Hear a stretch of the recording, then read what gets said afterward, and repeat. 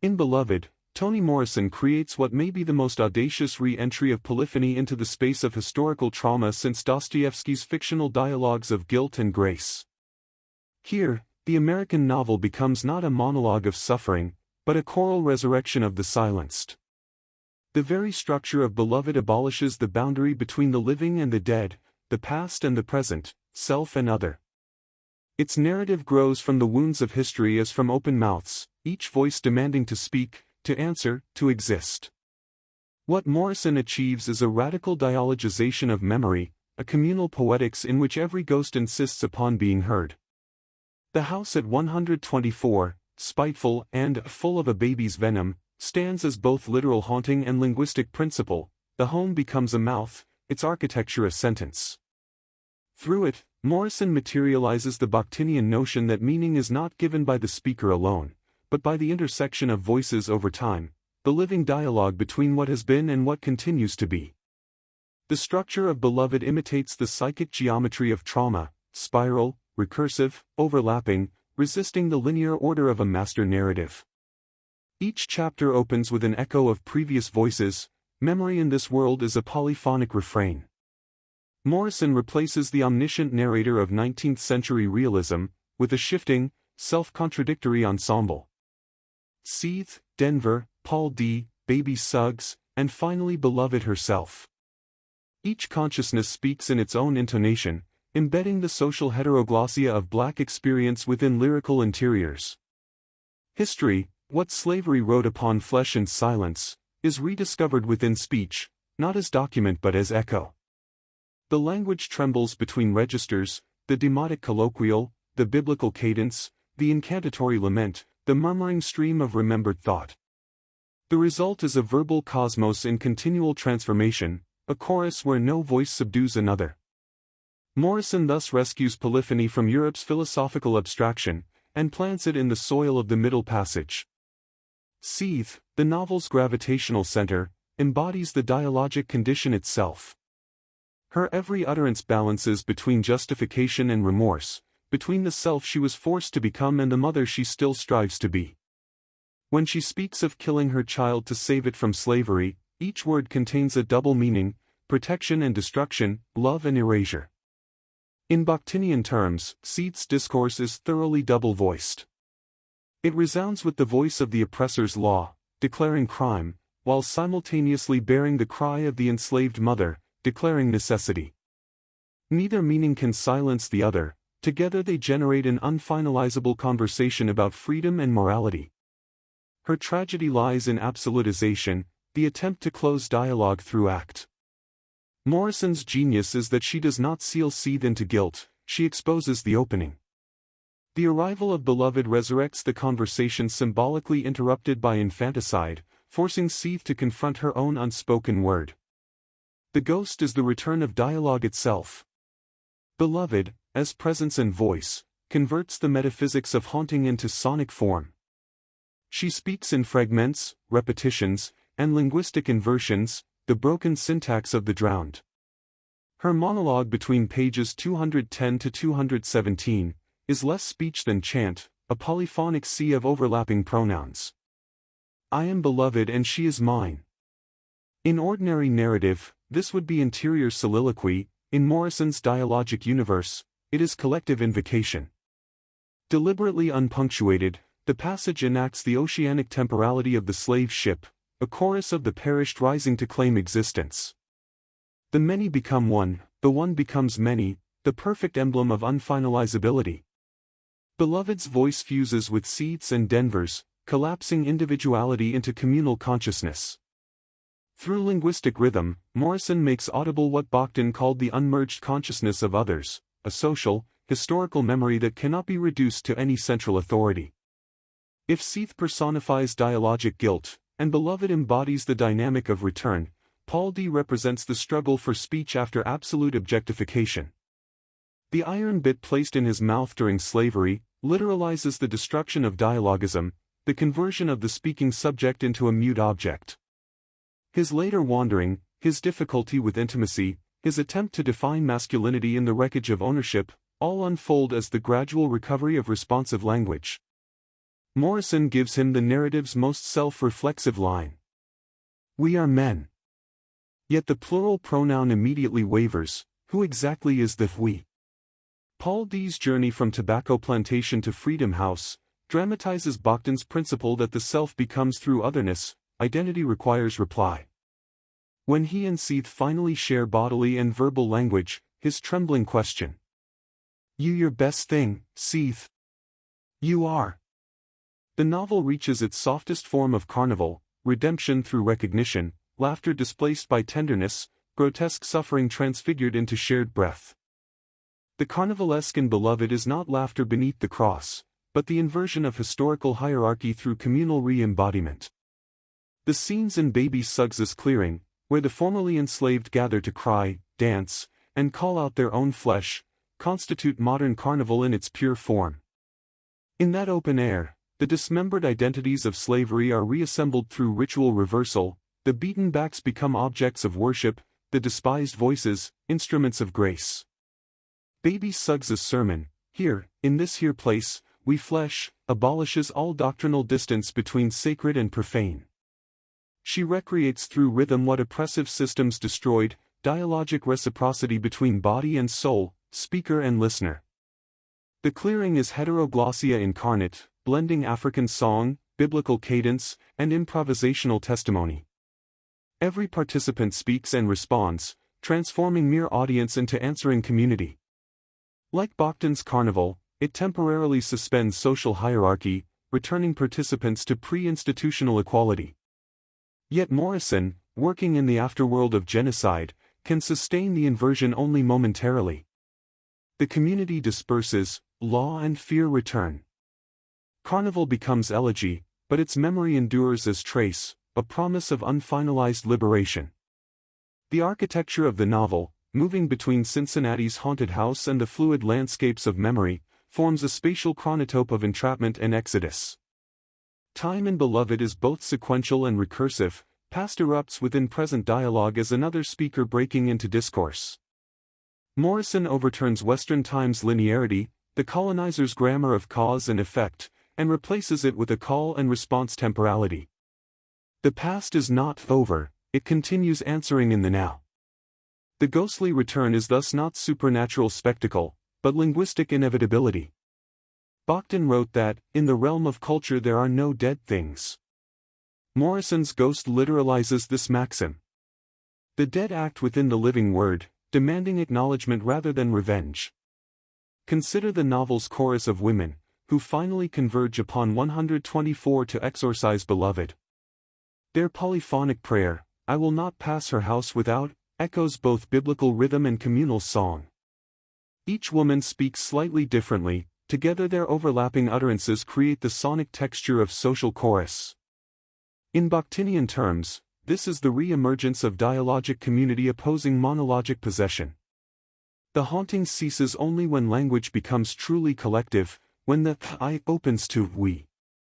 Morrison thereby transforms exorcism, a theological act of casting out, into ethical act of inclusion. The women's voices merge across divisions of age and bitterness. Their singing recalls the slave ship's drowned refrain, redeeming it through repetition without erasure. Carnival returns, this time not as individual ecstasy, but as communal horizon. Even language itself becomes a contested carnival. Morrison's diction oscillates between registers that historically were segregated, the literary, the vernacular, the oracular, the profane. She allows dialect and lyricism to coexist without subordination. In one paragraph we hear colloquial talk of Suggs's cooking, and in the next a sentence of Homeric gravity. By refusing purity of style, she practices linguistic democracy. Grammar, the invisible law of ownership, is made porous, sentences slide between times, persons, and tones like jazz improvisations. The prose constantly enacts the tension between order and freedom, syntax and song. For Bakhtin, such heteroglossia is the soul of the novel form. Morrison extends it to the domain of race and historical survival. Her very English, the colonizer's tongue, becomes recarnivalized through rhythm, repetition, and tonal layering. The recurrent image of milk functions as a dense node of dialogic meanings. Maternal nurture, bodily appropriation, economic exploitation, all converge in this fluid trope. When Sethe recalls being milked by her enslavers, her outrage fuses sexual, ethical, and linguistic violation. Her body's discourse was stolen. Conversely, her desire to feed beloved, to offer milk again, signifies the restoration of her right to speak through giving. In that offering, language regains its nutritive power. Milk becomes word made flesh, voice made sustenance. The grotesque realism of lactation thus joins Carnival's insistence on bodily speech, the lower stratum of the body as site of renewal. Through the maternal body, Morrison fuses Bachtin's laughter with lament, erasing the divide between degradation and sanctity. Denver, the youngest generation, inherits the dialogic future. Her early isolation mirrors the haunted monologue of trauma. She speaks only with the ghost, but her eventual step outside 124 signals the renewal of the social world. In approaching the community for help, Denver performs the very act Bachtin considered the ethical foundation of existence, answering another. She listens, replies, joins. Her youth reframes mourning into dialogue. She proves that the circle of repetition can open into historical continuity. Morrison's conclusion, far from tragic closure, gestures toward unfinalized becoming. Denver's arrival at communal adulthood means the story continues beyond the written page, the word renewed in the next reader's consciousness. Underlying all of Beloved is a dialectic between silence and utterance, both understood as social acts. Slavery's terror resided not merely in physical oppression, but in the enforced monologue of the master. The enslaved were compelled to listen to commands that admitted no answer. To reclaim speech, then, is to overthrow ontology itself. Morrison therefore designs her novel as a ceremony of speech restoration. Each character's soliloquy is overheard by others, creating resonance rather than confession. Even the italicized interior chapters, Sethe's stream, Beloved's watery chant, Denver's awakening, are arranged consecutively as overlapping verses, producing the sensation of call and response across minds.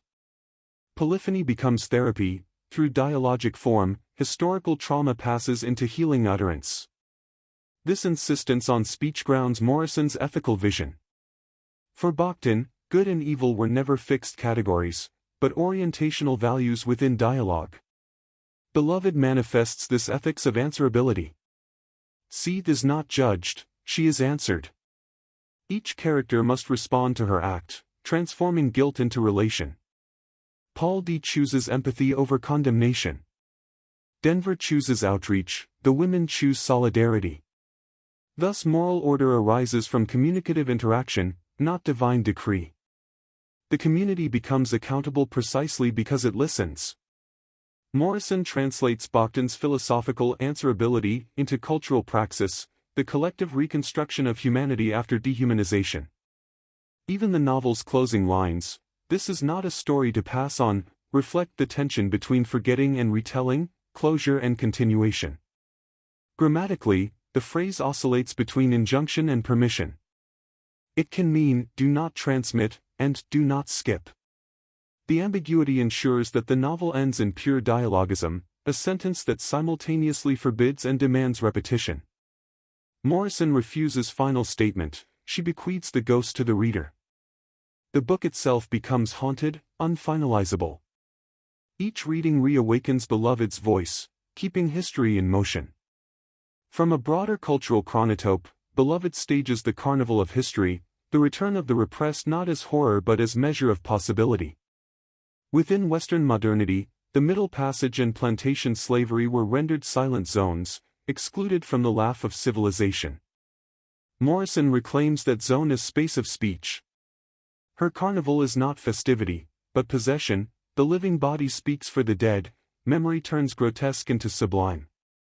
Like Rabelais' feasts inverted, Morrison's feasts of flesh reveal sacredness through excess.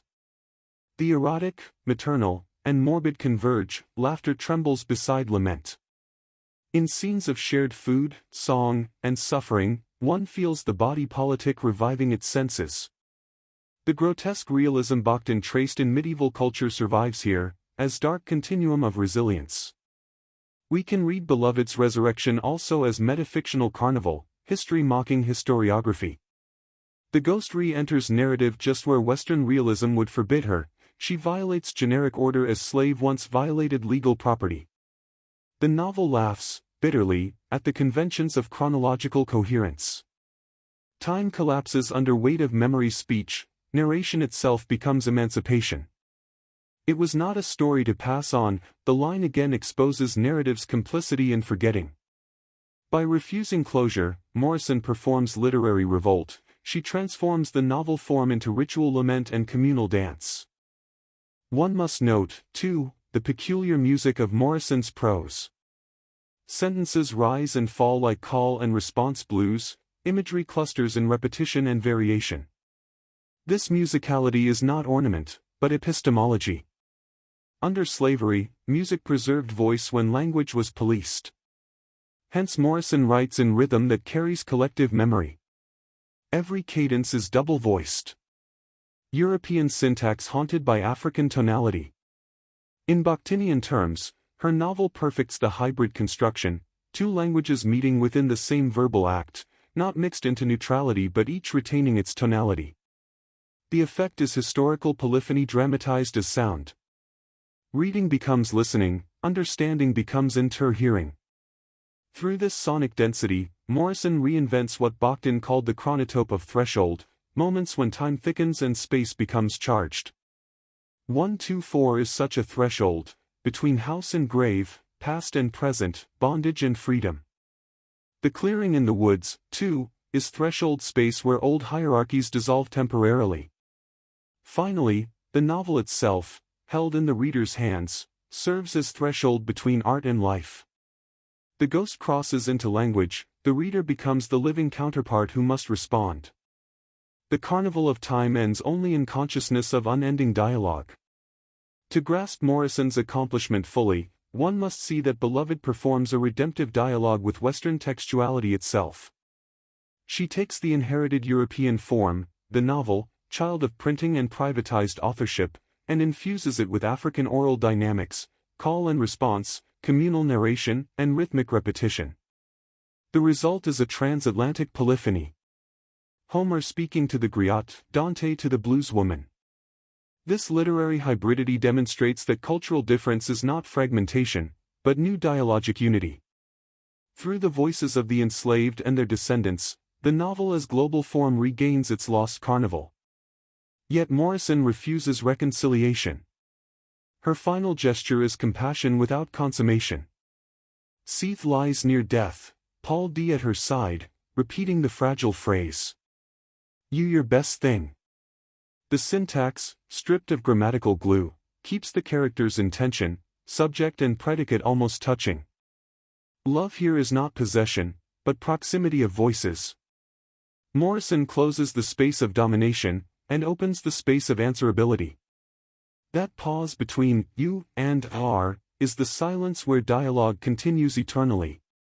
In Bakhtinian perspective, Beloved emerges as the supreme modern instance of unfinalizability. Every consciousness remains open, every narrative revisable. The reader, drawn into moral participation, becomes part of the polyphony. To read the novel is to join the choral act of remembering, to become both beloved and Sethe, listener and speaker. Through this participation, literature transcends the limits of representation, it becomes ethical event. Morrison's words, dense, musical, trembling, restore to the world that fundamental human sound the modern age sought to erase, the multiplicity of voices speaking as one community of pain and hope. Therefore, Beloved stands not simply as a novel about slavery or even about motherhood, but as a cosmology of the dialogic self. In her blend of lyric and vernacular, horror and grace, Morrison completes the journey that began with Dostoevsky's Cathedral of Voices. She carries polyphony from the metaphysical into the historical, from the European soul into the African American collective body. Her carnival is not grotesque laughter beneath faith's dome, but the resurrection dance of the silence beneath the open sky. The plague of forgetting meets its cure in song.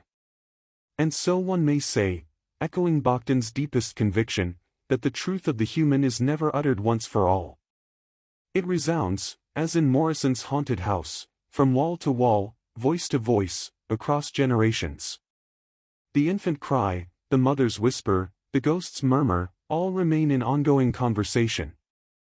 The task is not to conclude it, but to keep listening. That act of listening, more than repentance or revenge, is what restores the world's breath.